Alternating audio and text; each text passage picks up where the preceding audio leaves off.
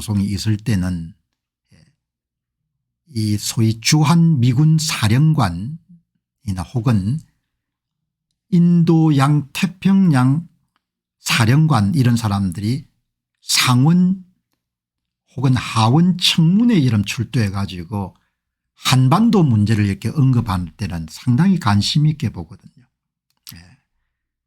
여기 보시게 되면 이게 바로 며칠 전입니다. 4월 12일입니다. 미국의 인도양 태평양 사령관이 주한미군을 우리가 감축시키고 철수를 하게 되면 남침 가능성이 있습니다. 이렇게 이야기하지 않습니까? 이 이야기는 재래식 무기가 이런 월등히 뛰어나고 핵을 갖고 있는 북한이 언제든 침공할 수 있는 가능성을 높게 보는 겁니다. 미국에서는. 뭐 이런 이야기 듣고 싶어 하지 않는 분들도 계시겠죠. 계신데 사실 뭐 전쟁이라는 것이 예고하고 발생하는 것이 아니니까 여기 보시면은 주한미군 감축이라는 것이 지극히 위험한 일이다 이렇게 이야기를 하지 않습니까? 오늘 제가 베트남 문제를 거론하는 것은 한 신문에 미국이 베트콩에게 무너진 이유는 북베트남입니다. 50년 전에 현지의 젊은 외교관으로 여러분들 주재했던 사람이 50년 전 사이공 함락을 본 외교관의 징비록이라는 그런 글을 포린 어페어스라는 여러분들 그런 잡지에 소개한 내용을 요약 정리해가 여러분들 오늘 발표를 했네요. 북베트남이 무력 통일을 완수한 사이공 함락 50주년을 앞두고 베트남에서 베트남 남부 해방 및 국가통일 50주년 이름으로 다양한 경축 행사가 열리고 있는 가운데 미국의 원로 외교관이 당시에 초임 외교관으로 근무하며 느꼈던 그런 내용을 기고를 한 겁니다. 기고를 했는데 저는 베트남을 한 번 가봤습니다. 집사람하고 같이 갔는데 집사람이 제가 그렇게 밝지 않고 그렇게 좋아하지 않더라 그런 이야기를 하더구먼요. 왜냐하면은 뭐 장사하는 사람들이야 현재만 보지만 베트남 시내를 가면서 푯말을 보니까 그 푯말에 과거에 남베트남의 이름들 근무했던 사람들 수용한 수용소를 소개하는 그런 푯말들이 있더라고. 한 뭐 이 사이공의 굉장히 큰 시장이었는데 그런 기억들이 자꾸 이렇게 여러분들 겹치기 때문에 베트남이 그렇게 뭐 썩 저는 좋은 장소처럼 그렇게 보이지 않더군요. 1975년 4월 30일 날 이제 함락을 한 거죠. 이게 이제 이 남베트남이 함락하게 된 결정적인 그런 계기는 이미 1968년도 1월에 구정대공세인 떼 대공세 때 미 대사관을 침공하는 그런 작전이 병행이 됐기 때문에 이때부터 이미 전세가 베트남 전쟁에서 미국이 이길 수가 없다. 50만 명을 파병했더구먼요. 50만 명을 엄청난 물량을 쏟은 겁니다. 이게 여러분 그 유명한 마지막 날 사이공이 함락될 때 미 대사관 여러분들 헬리콥터를 타고 탈출하던 그 광경입니다. 그러니까 1968년부터 전세가 기울기 시작한 겁니다. 그러나 정치인들은 계속 정치적 목적 때문에 전쟁을 수행해야 되니까 국민들과 함께 이길 수 있다고 계속해서 이렇게 여러분들 말을 한 거죠. 7년 전부터 전세가 기울기 시작한 겁니다. 이제 50만 명을 파견한 거죠. 그 당시 이제 린드 존슨 텍사스 출신의 최초의 여러분들 대통령이죠. 오스틴 부근에 이제 본인의 렌치가 있었던 분이고 재선에 실패하고 고향으로 낙향한 뒤에 한두 달 만에 아마 죽었을 겁니다. 존슨 대통령. 한국하고 인연이 많죠. 한국에 카이스트를 세우는데 크게 기여를 했으니까 박정희 대통령이 월남 파병을 결정하면서 카이스트를 세우는데 많은 그런 지원을 했던 분이고 아마 홍릉에 있는 카이스트의 오래된 그 카이스트 건물에 가면 화장실에 미국 병기나 이런 부분이 지금도 아마 있을 겁니다. 한국인들은 절대 이런 안심할 수가 없는 겁니다. 지금 한국인들의 생존은 절대적으로 주한미군에 의해서 전쟁 억지력에 의해서 유지가 되는 거죠. 얼마든지 이런 상황은 발생할 수가 있는 겁니다. 얼마든지. 이런 상황이 얼마든지 발생할 수 있는 거죠. 그러니까 7년 전 때 대공세가 이미 여러분들 전쟁을 도저히 미국이 이길 수 없다는 전쟁인데 이 때 대공세가 1968년 1월 30일 날 베트남의 설명절인 때 연휴에 시작이 됐고 100여 개 이상의 남베트남 도시와 마을 심지어 미국 대사관을 여러분들 공격한 그런 거인데 미국 대사관이 이런 직접적인 점령 직전까지 나가게 되는 겁니다. 그런 전쟁을 이제 치렀는데 제가 여러분들한테 뭐 옛날 역사만 이야기를 하려고 하는 것이 아니고 제가 오늘 이야기를 이 보도를 보면서 뭘 느꼈는가 하니까 여러분 이게를 보시게 되면은 텔레비전을 통해 가지고 베트남의 전쟁 상황이 실시간으로 미국의 주요 언론 방송을 통해 가지고 국민들에게 전달되는 전쟁이었거든요. 그러니까 베트남 전쟁을 두고 반전 시위가 미국 전역에서 확대될 수밖에 없는 겁니다. 제 이야기의 요지는 앞으로 한반도에 전쟁이 터지게 되면 미국이 직접 개입할 수 있느냐 저는 단호하게 불가능할 걸로 봅니다. 왜냐하면 전쟁 상황이 실시간으로 중계되는 상황에서 미국이 지상군을 파견한 것은 불가능할 거로 봅니다. 그 생각이 떠오르기 때문에 오늘 이 주제를 다룬 겁니다. 남베트남 함락에 대해서 굉장히 중요한 것은 언론의 현장 취재가 본격화되면서 미국 내 반전 여론을 불러일으켰다. 이거는 굉장히 중요한 의미를 갖고 있는 거죠. 이게 무슨 이야기인가 하니까 지금처럼 트위터나 이런 걸 통해 실시간으로 전쟁 상황이 여러분들 이렇게 미국인들에게 전해지게 되면 자국의 젊은이들을 파견할 수가 없는 겁니다.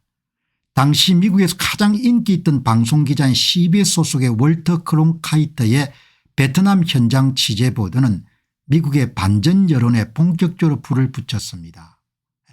지금은 뭐 이런 클론카이트나 이런 사람이 필요 없는 겁니다. 모든 사람이 다 기자가 될 수 있으니까. 한반도에 전쟁이 발발하는 경우에는 실시간으로 뭡니까 그냥 그 전쟁 속보가 전 국민들에게 전달될 겁니다. 그래서 한국인들이 정신을 바짝 차려 가지고 미군 없이 전쟁을 수행해서 승리할 수 있는 나라를 만들어야 되는 겁니다. 그렇지 않으면은 성산이 여러분처럼 높지 않다고 보는 겁니다. 이게 여러분들 가슴에 확 와닿았던 겁니다.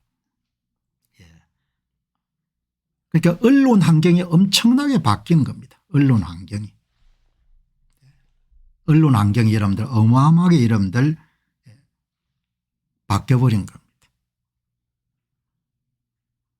그리고 여러분 여기에서 또 중요했던 거가 압도적 병력과 화력을 가진 미군들에게 사기는 찾아볼 수 없다. 전쟁에 승리하려고 하는 의지가 거의 없었던 겁니다. 그 두 문장 때문에 오늘 남베트남의 사이공 함락을 제가 다루기로 결정한 겁니다. 언론의 현장 취재라는 것은 지금은 모든 스마트폰이 이런 미디어가 돼버렸기 때문에 한반도에 전쟁이 발발했을 때는 주한미군이 올 수가 없다는 겁니다. 두 번째는 나라를 지키기 위해서 자국 군인들뿐만 아니고 자국 국민들이 국가를 수행하려고 하는 수호하려고 하는 의지가 있느냐 이야기죠. 그 메시지가 여러분들 베트남 전쟁에서 어마어마하게 중요하게 다뤄지는 겁니다. 미군 내에 전쟁에 대한 의지나 사기가 실종해버린 겁니다. 미군만 실종한 것이 아니라 남베트남 사람들도 다 실종을 한 겁니다. 그러니까 세상 변화를 착하게 이해해야 되는 겁니다. 정치인들은 기술 변화나 이런 부분에 별로 관심이 없을 겁니다. 그러나 저는 모든 사람이 기자가 되는 세상이 지금 돼버린 겁니다. 그래서 미군의 참전이나 이런 부분들은 불가능할 거다 이렇게 보는 겁니다. 자국민이 그렇게 피를 흘리거나 이렇게 이러면 미국 사람들이 용인할 수가 없는 겁니다. 거기에 맞추어서 여러분들 자구책을 구해야 되는 거죠. 여기 보시면은 나는 파병된 미군들 사이에 베트남에서 마지막으로 죽는 사람이 되고 싶지 않다는 태도가 전염병처럼 빠르게 확산되는 것을 목격했다. 이게 한국인들이 주는 메시지가 굉장히 강력한 겁니다. 이런 분위기는 징집병들 사이에서 군기와 사기를 크게 저하시켰다. 당시 여러분들 월남 티우 정권이 엄청난 군비를 갖고 있었지 않습니까? 아무 소용이 없는 겁니다. 정신력이 무너지게 되면 이길 수가 없는 거죠. 여기 보시면은 제가 그래서 닥터 AI한테 물었습니다. 남베트남 사람들은 나라를 지킬 의지가 부족했습니까? 그냥 단도직입적으로 여러분들 뭐 자세한 설명하지 마시고 짧게 단호하게 이야기해 주십시오. 맞는 말입니다. 많은 남베트남 시민들과 군인들은 반공의식이 약했고 지역마다 공산주의에 대한 태도가 달랐습니다. 부패하고 무능한 정부에 대한 불신도 커서 국민적 단결력이 약했습니다. 한국 사람들이 잘 들어야 될 이야기입니다. 역사적 경험이지만. 하지만 끝까지 싸운 사람들이 있었기에 전체를 의지 부족으로 단정하기에 무리가 있지만 대체로 여러분 싸울 의지가 별로 없었던 겁니다.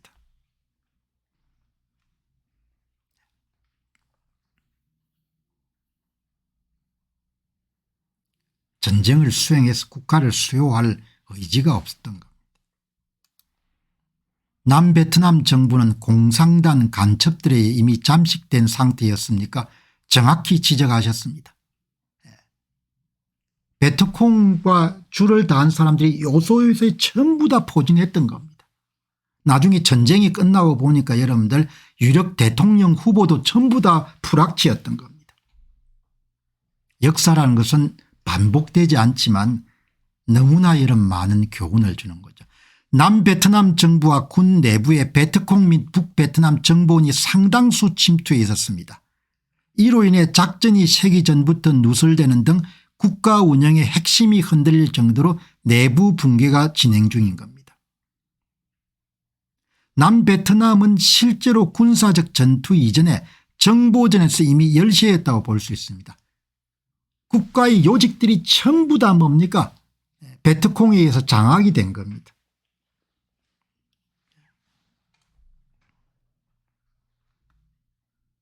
여러분들 오늘 이야기는 정치적 야망을 갖고 무슨 저한테 답을 해주는 정치학 교수 이야기가 아니고 닥터 AI한테 내가 여러분들 지금 내가 시간이 별로 없으니까 간단 명료하게 내가 묻는 질문에 대해서 당신이 갖고 있는 지식을 종합해서 답하라 이렇게 하니까 여러분들 이렇게 이야기하는 겁니다. 간첩에 의해서 많이 잠식된 겁니다. 세 번째, 언론 보도와 여론이 전쟁 수행에 결정적 영향을 주었는가? 그렇습니다. 베트남 전쟁은 최초의 텔레비전 전쟁으로 참혹한 전황이 실시간으로 미국 안방으로 전송됐습니다. 떼 공시에 의해 언론 보도가 여론을 급속히 반전시켰고 이것은 정치 지도자들의 철군 결정을 하게 된 평화협정을 맺은 결정적 계기였습니다. 미국은 실시간 보도의 영향 때문에 전면전을 회피하는 경향이 강해졌고 지금도 여전히 그 영향은 큽니다. 한반도에 전쟁이 발발을 하게 되면 절대 지상군 파견 안 할 겁니다. 당신들이 싸워서 이기면은 우리가 군비 지원을 하겠지만 한 명이라 여러분들 사상자가 발생할 수가 없다는 겁니다. 지금은 언론 환경이 엄청나게 바뀐 겁니다. 그냥 ABC, NBC, CNN 정도가 방송하는 것이 아니고 그냥 트위터나 이런 것이 X가 전부가 실시간으로 방영하는 겁니다. 오늘 여러분 남베트남 4월 30일 날 사이공 함락 50주년이라는 여러분들 미국의 원로 외교관 여러분 이야기를 보고 떠오른 한국인이 기억해야 될 상황을 한번 정리를 해봤습니다. 여러분 이걸 하다 보니까 한 걸음 더 나아가 가지고 남베트남 마지막 날, 여러분 여기서 우리가 분명히 알아야 될 것은 한반도에서 전쟁 발발 가능성은 항상 상존하는 겁니다. 지난 4월 10일 상원 청문회에서 인도 태평양 사령관이 이름 이야기한 겁니다. 포스타입니다. 주한미군이 이름 감축되게 되면 남침 가능성은 항상 있다 이렇게 이야기를 하는 겁니다. 그러니까 이 군사 전문가들 이야기를 들으면은 무슨 뭐 재래식 화기에서 이런 우세하고 경제력에서 몇 배가 앞서고 이런 것은 아무 여러분들 의미가 없는 겁니다. 오늘 보도에서 보신 바와 같이 50년 전에 사이공이 4월 30일 날 여러분들 무너져 가지고 이게 이제 마지막 날입니다. 마지막 4월 30일 날 거의 미 대사관에 임박했을 때 이렇게 여러분들 사람들이 이 중에 일부만 살아남았겠죠. 그다음 많은 사람이 죽었을 겁니다. 사상 개조나 이런 걸 통해 가지고. 공산당은 아는 거죠. 사상 개조가 불가능한 사람들이 많기 때문에 고위공직자나 경찰이나 군인들은 다 죽였을 겁니다. 지금은 이제 역사랑이 성자의 역사이기 때문에 그런 어두운 이야기는 다, 그리고 많은 이렇게 여러분 이게 4월 30일 날 티우 대통령의 대통령 관저에 여러분들 이게 진입하는 베트콩 탱크인 거죠. 그리고 많은 사람들이 그 남태평양 남중국해를 떠나가지고 이런 보트 피플로 여러분들 이렇게 떠난 겁니다. 도저히 이 사람들은 살 수가 없었기 때문에. 그리고 이 보트 피플이 완전히 해소가 돼서 여러분들 부산에 있는 월남인 보호소가 없어지는 것이 1993년입니다. 아직도 전쟁이 나면 미군이 도와준다고 믿는 우매한 국민, 우리가 싸울 의지가 없으면 미군은 도와줄까요? 당연히 안 도와주는 거죠. 그리고 한국인들이 전쟁을 수행해서 국가를 지킬 의지가 있는 거는 미국 측이 훤히 다 알고 있을 것이고. 여러분들 이렇게 다음에 보트피플도 한번 제가 별도로 한번 다루도록 그렇게 하겠습니다. 이게 이제 홍콩에 여러분들 구출된 베트남 남베트남 사람들이죠. 여기서 여러분들 우리가 중요하게 여겨야 될 것은 싸울 의지가 없는 나라가 되면 안 된다는 겁니다. 지킬 의지가 없는 나라가 아무리 군비를 투입하더라도 싸울 의지가 없는 나라가 되어버린 겁니다. 사람들이 싸울 의지가 없는 거죠. 우리가 왜 싸울 의지가 없는 겁니까? 선거를 지킬 의지가 없는 건 싸울 의지가 없는 거잖아요. 그죠? 선거를 지키지 못한 건 싸울 의지가 없는 거지 않습니까? 아유 공 박사님 무슨 말을 하는 겁니까? 우리가 얼마나 용기가 있는데요. 지킬 의지가 없는 겁니다. 남베트남은 여러분 기본적으로 마지막 날에 티우가 여러분들 망명을 하고 정반민 대통령이 항복을 선언했는데 1975년 4월 28일에 대통령직을 맡고 이틀 만에 항복을 선언했는데 나는 피 흘림을 막기 위해 권력을 넘깁니다. 우리 모두는 같은 민족입니다. 싸우자는 호소도 없고 저항의 명령도 없고 사실상 전쟁 종결 선언과 같은 무저항 항복이 이루어진 거죠. 내부적으로 남베트남은 전투 의지가 완전히 상실된 상태였고 미국의 철수 위에 저항 의지가 남아있던 세력도 빠르게 무너지거나 이탈했고 이렇게 된 겁니다.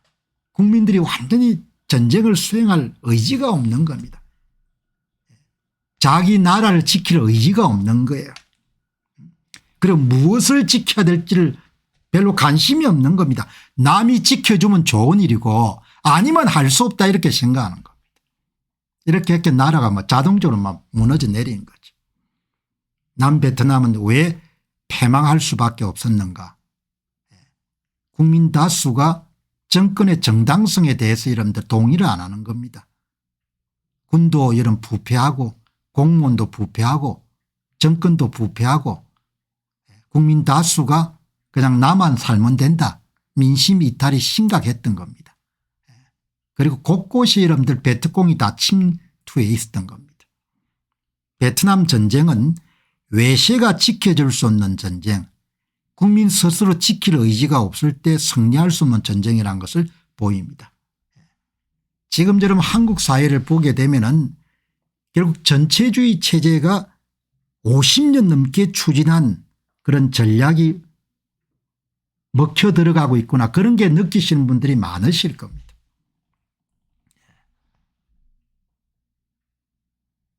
개방 사회는 많이 부패했고 많이 안일하게 된 거고, 전체주의 사회는 한 가지 목표를 세운 다음에 50년 60년을 계속해서 이런 같은 노력을 해온 겁니다. 그래서 이번에 계엄을 선포하고 난 이후에 사회가 성한 데가 없지 않습니까? 전부가 이런 썩어버린 겁니다.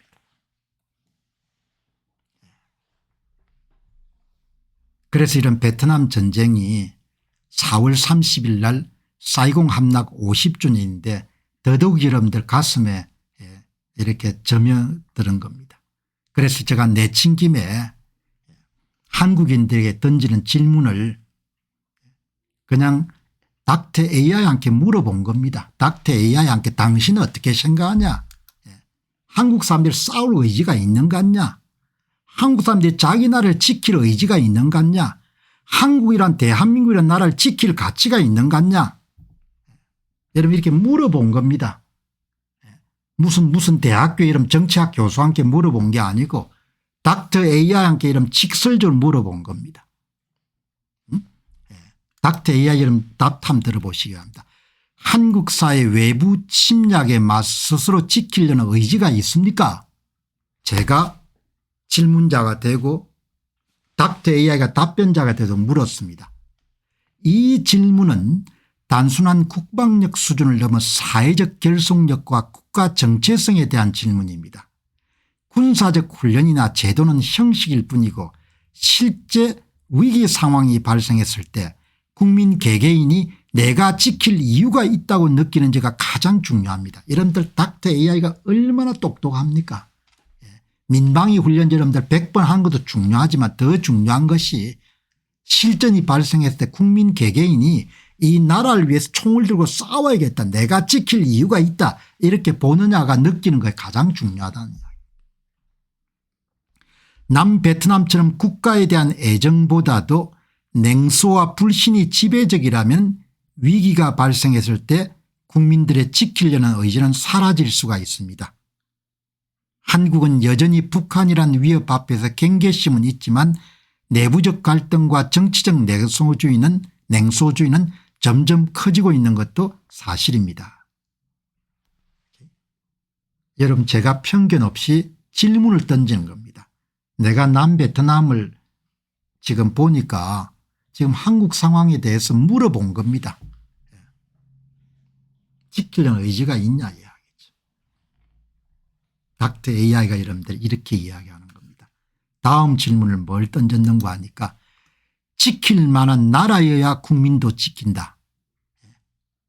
지킬 만한 나라의 가치가 있습니까로 물어본 겁니다. 이런 닥터 AI가 뭐라고 이야기하는지 한번 보시기 바랍니다. 엄청나게 창의적입니다. 나라가 나를 지켜주지 않는데 내가 왜 나라를 지켜야 됩니까? 이 질문은 단순히 개인주의적 태도가 아니라 국가의 정당성에 대한 판단입니다.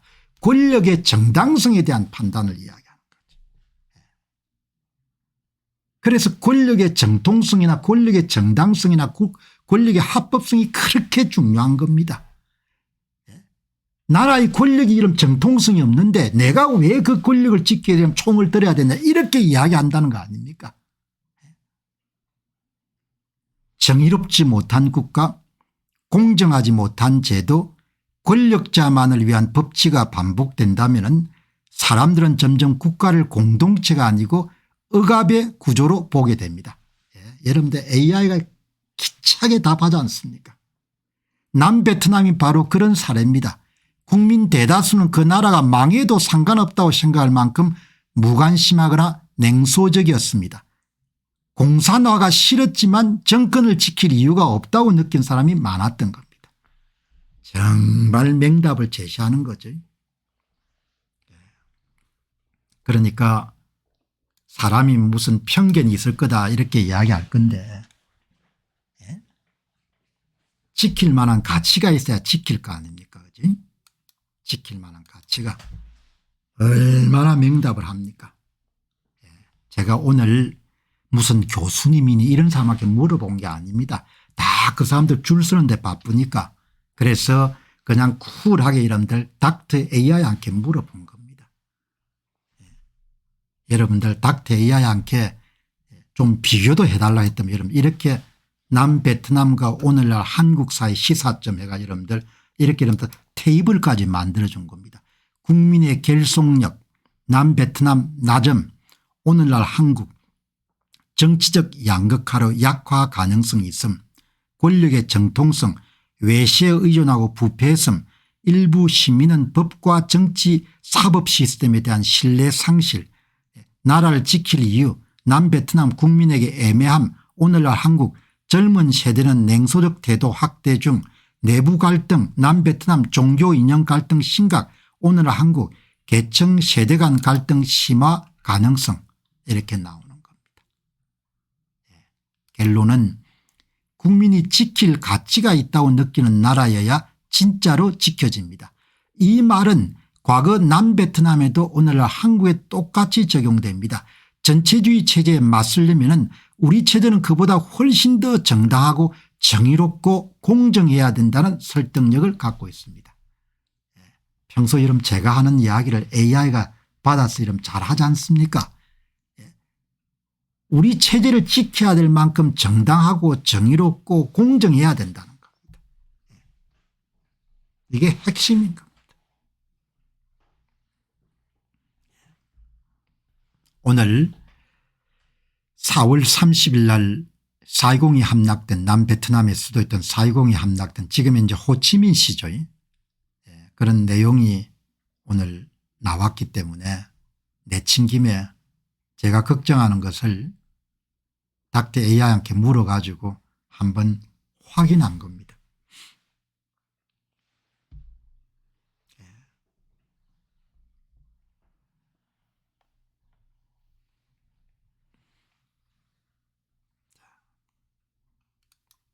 그리고 여러분들 한국의 전쟁 발발 가능성은 주한미군에게 엄청나게 의존하고 있는 겁니다.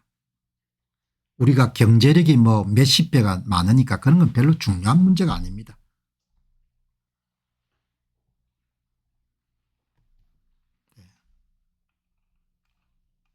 다음에 여러분들 50주년하고 관련해 가지고 다른 기사가 나오면 조금 더 심층 분석을 해 가지고 보트 핏불 상황이라든지 이런 부분을 한 번 정도 더 보도를 하겠습니다. 자, 여러분 좀 묵직한 이야기 했지만 뭐 묵직한 이야기 하면 항상 좀 어두우니까. 그죠? 자, 여러분 한국이 뭐 찢고 볶고 뭐 이렇게 하더라도 세상은 그냥 갑니다. 아무도 한국인을 위해서 울어주지 않을 겁니다. 각자 알아서 사는 것이고 미국이 도와줄 거다 뭐 이런 거 별로 중요한 문제가 아닌 겁니다. 스스로 못 지키는데 여러분들 자기가 미국이 어떻게 도와주겠습니까? 스스로 문제를 해결하지 못하는 미국이 어떻게 도와주겠냐 이야기입니다. 지금도 여러분들 미국 타령하시는 분들이 계시면은 한 번 더 생각해 보시기 바랍니다.